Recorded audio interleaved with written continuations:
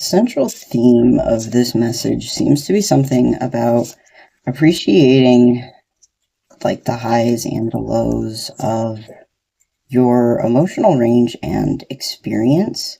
Which is like not to say that, you have to appreciate feeling bad or whatever.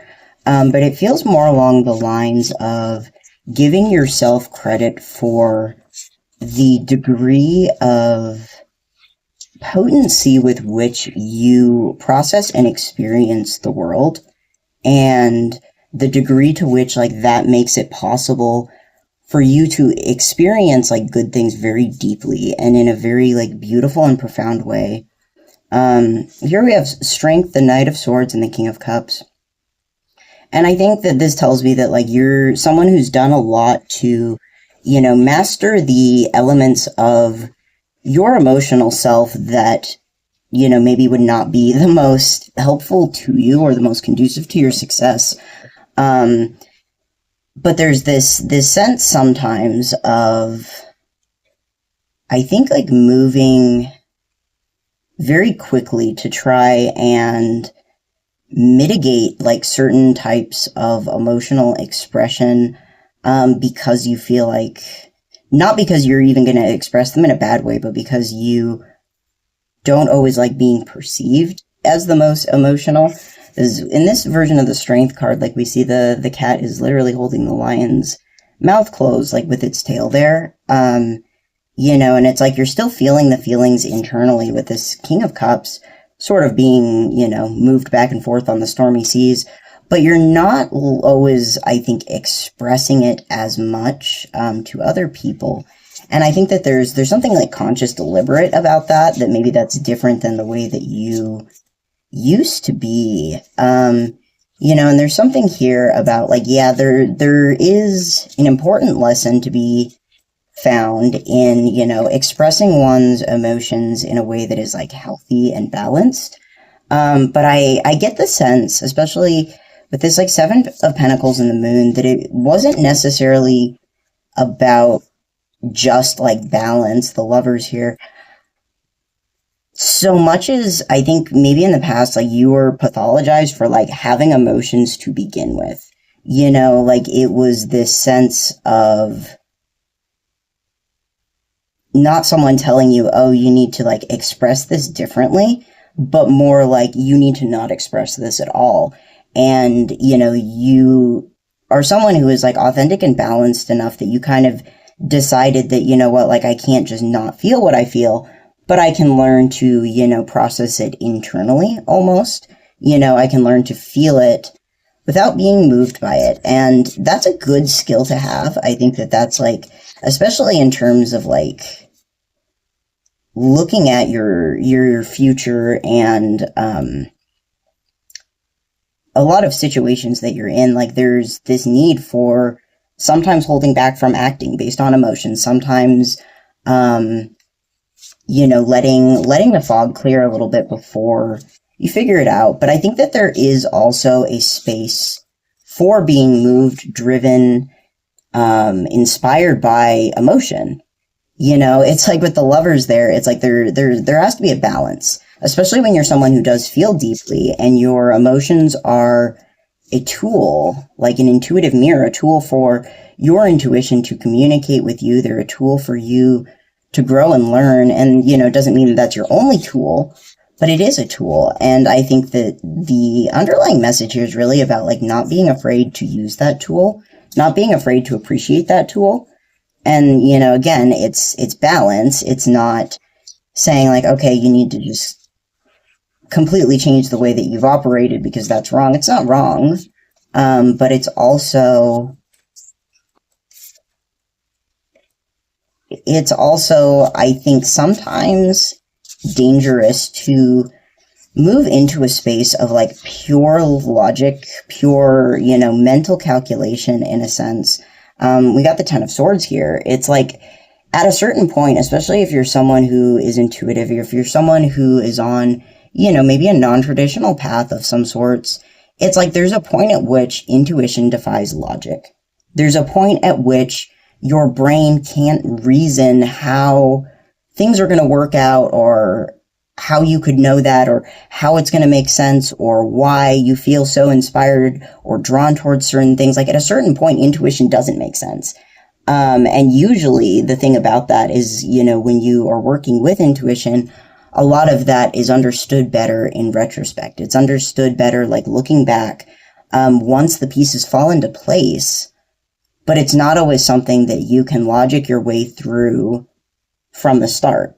You have to have that faith, and then you follow up the faith with the understanding that comes after, the integration, the learning.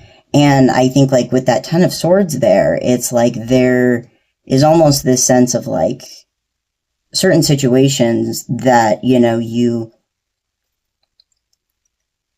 felt certain emotions about, and then maybe not even stifled, but sort of allowed that emotion to flow, and then made a choice that was based on logic, and then it didn't feel like it really worked out as much, and there's some difficulty or frustration there. We have Death, the Hierophant, the Hanged Man, the Seven of Swords. Yeah, so these kinds of situations, it's like there's this sense of, I think, you trying to find or follow your path, your intuition, your guides, and feeling like, in certain circumstances, maybe you were left in like a less than ideal position with that Hanged Man. And I think that a lot of, the way that you both resolve the situation is, kind of addressing the thing that led to it in the first place, which is, I think, a degree of, I don't even want to say like emotional repression, because it doesn't feel like repression, but it does sort of feel almost like underutilization of your emotions, underutilization of your passion, of, the way that, I think when you were younger, you were a lot more emotionally driven, and then switched into a more logical framework. And now it's kind of like the next transformation is about putting you in a position where you have to use both. It's like, I think that maybe you ended up switching, to a more like logical framework because of the way that you felt like just following your emotions kind of like led you into trouble sometimes.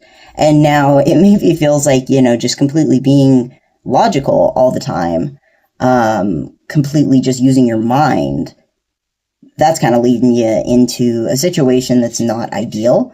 But it's not a punishment. It's not a punishment. It's a perspective shift.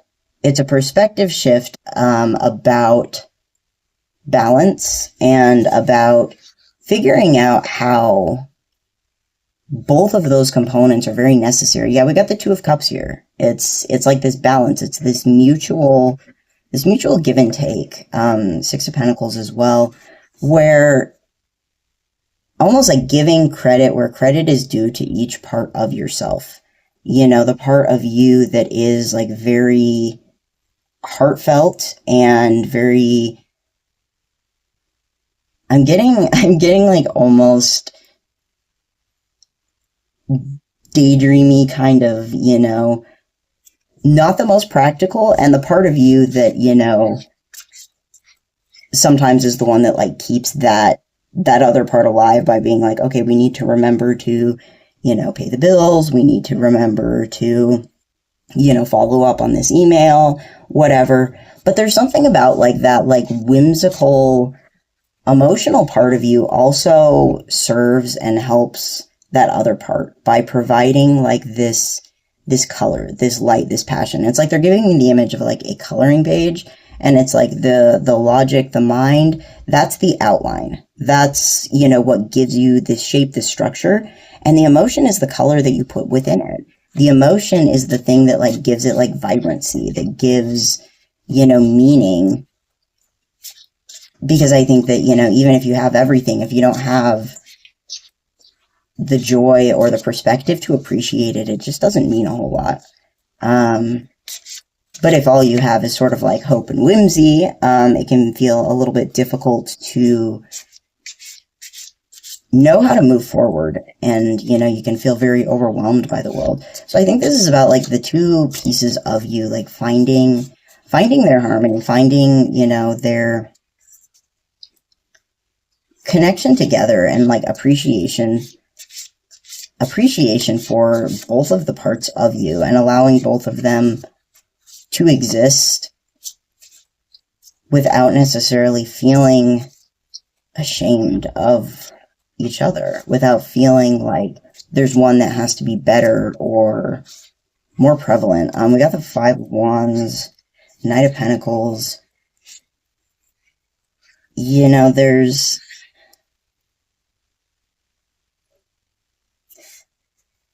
this sense of carrying this internal conflict with you for a long time, carrying this sense of which part of me do I listen to, which part of me is right, which part of me is lovable, like for a long time. And I think sometimes like feeling like you're not moving towards what you want as quickly as you could. But the thing is, you kept moving, and like you appreciated the things that, you could do for what they were. And you, regardless of how conflicted you felt, I think that there were certain goals that you stayed committed to throughout this. The Magician.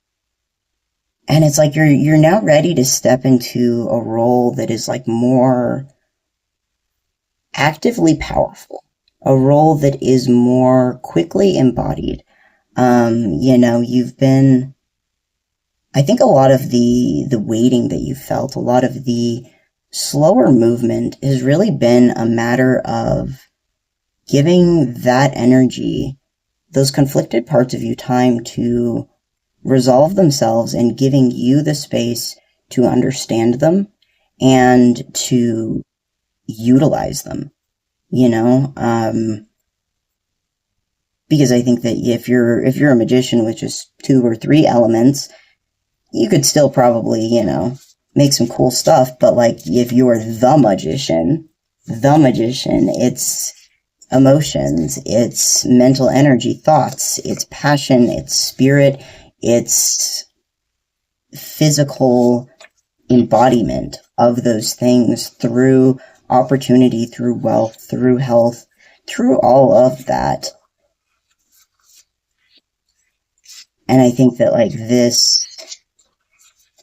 it was almost like this conflict, if you will, internally could only be resolved by like giving each of those parts a chance to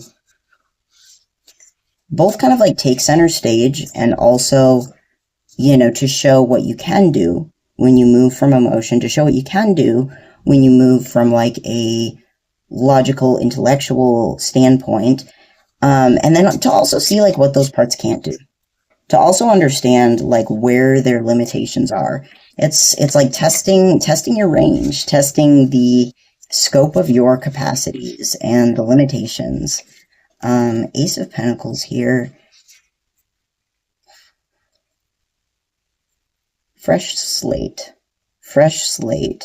Not in terms of you changing who you are, but you moving into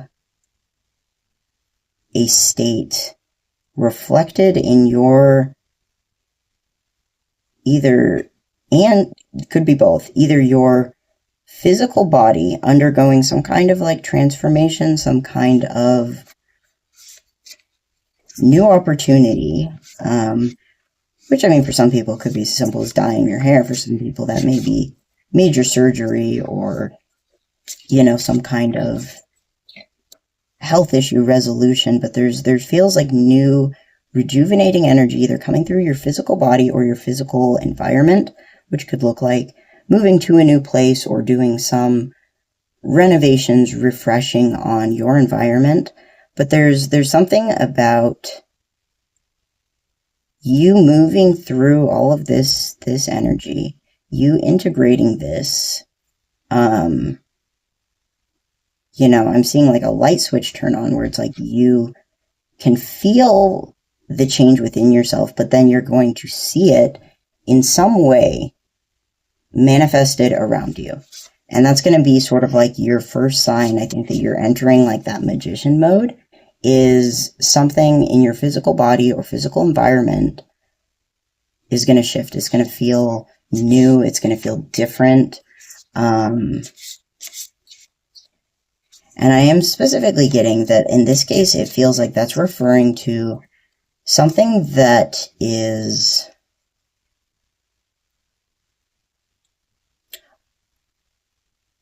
almost like just given to you and exists almost like passively. Like this doesn't feel like, okay, this is a job offer, now you have to do XYZ, you have to show up in this way. It's like once it's there, it's just kind of there, and then you can build off of that. In this particular instance, the Five of Pentacles and the Sun, clarify the relation between those, the Three of Pentacles. And I think that like something else that feels, like maybe important to bring up, there's a couple things coming through with these cards, is that it's like every single concern that you have in your life is not going to be resolved immediately. There will be a space in which you will sort of like be given one resolution, one solution at a time, and then this Three of Pentacles that we came out that's kind of like between these, you see he's like literally like balancing the pentacles on his nose there. And so it's kind of like you're being given one solution, one resolution at a time. And you balance those, you integrate those, potentially even like share those with others, utilize others to engage in like mutual growth. Because there's something here about like, you may be given things that could be helpful to other people, and other people may be given things that could be helpful to you. And so there's this sense of like collaboration. And in this version of the Sun card, I think it's interesting. We have like the two cats that are like, their arms are interlinked. And I think that this may also be sort of an external representation of the like relationship that you have had within yourself, of like learning to balance these different parts that have very different skills and like very different limitations and things like that. And so there's something else here about like you externally now kind of like balancing yourself and what you have and what you've been given against and with someone else who is on like a similar journey of like learning to balance themselves. I don't know if you can hear that. There's like sirens out there now. And I think that there's this sense of you're like opened up to trust within yourself, and now you're like opening up to trust with other people, trust with your external environment. But I think it is a matter of like balancing the trust and the opportunities that you have within yourself internally, and then continuing to do that with these other people that show up in different ways with different opportunities. And I think that like ultimately that's what's going to resolve any residual feelings of insecurity, of lack, and kind of like take you to this place that feels like you're kind of getting your day in the sun. But it's like when that happens, you're not necessarily going to be on your own. Because I keep getting drawn to the fact that there's two cats on this Sun card. Two cats. And usually the Sun card depicts like a small child on the back of like a horse. And so there's something significant here about so much of your journey is learning to trust. It's learning to balance. It's learning to collaborate. And I think that, you've learned how to work with the parts of yourself, and you've learned what that looks like internally. And there is something about this next stage being also trusting other people to do the same. Trusting other people to do the same, trusting other people to manage and to balance, because, you're not meant to be alone. And I think in addition to, whatever you feel like is giving you trouble in your life, there is this sense of almost like isolation within that I think that even if you had everything that you wanted, it would not mean as much if you felt completely alone in that, if you felt like you were given that, but you can't trust anyone because everyone screwed you over. There's like a loneliness to that. There's a loneliness to that. And so it's almost like building things up gradually as you're building up relationships, as you're building up internal structures, so that, when you get to the point of having whatever it is that you really want, whatever really feels like success and stability, there's at the same time this success and stability that exists as unwavering trust in yourself and the people who help to get you there. And I think that that's the Fool on the bottom. It's going to be kind of a new thing, because I think as much as you have been told for a long time that you couldn't trust your emotions or that you felt too much, you're also maybe taught by example and action that, like, you can't trust other people. You can't trust other people's emotions. You can't trust other people's minds. And in some cases, that's true. And in this Three of Pentacles, that's sort of this transitory phase between the Five of Pentacles and the Sun, there's like a whole crowd of people there. Like there are more people in your orbit, more people that see you than maybe even give yourself credit for. But in the Sun, it's not a crowd. It's not a crowd. I'm hearing like three's a crowd. I don't know if that's because that's the Three of Pentacles and then we go down to two there, but there is this sense of like, learning who you want to keep close to you and learning who you don't, just like you learn what parts of you serve you, what parts don't. And I think that combination of emotional depth and intellectual ability is going to help you to differentiate between, the people that, maybe it's better to kind of just, let them watch from a distance versus the people that you really want to be like interlinked with and like close with. But I think that, once you know that you can really trust all the parts of yourself, then you can trust what they're telling you and you can trust the messages that, you get from both your heart and your mind about what it is that you want and the connections that are or aren't possible from the people around you and the degree to which you should trust them with that. So hopefully you have a more enjoyable time on this leg of the journey. This feels like less tense, less frustrating than maybe the first part. I think that like having some of that internal resolution will make things at least feel more enjoyable. So sometimes I think you gotta let yourself sit back, enjoy it, enjoy the degree to which you feel deeply and the degree to which you think carefully about everything and realize that those are some of your best qualities. So might as well let them shine.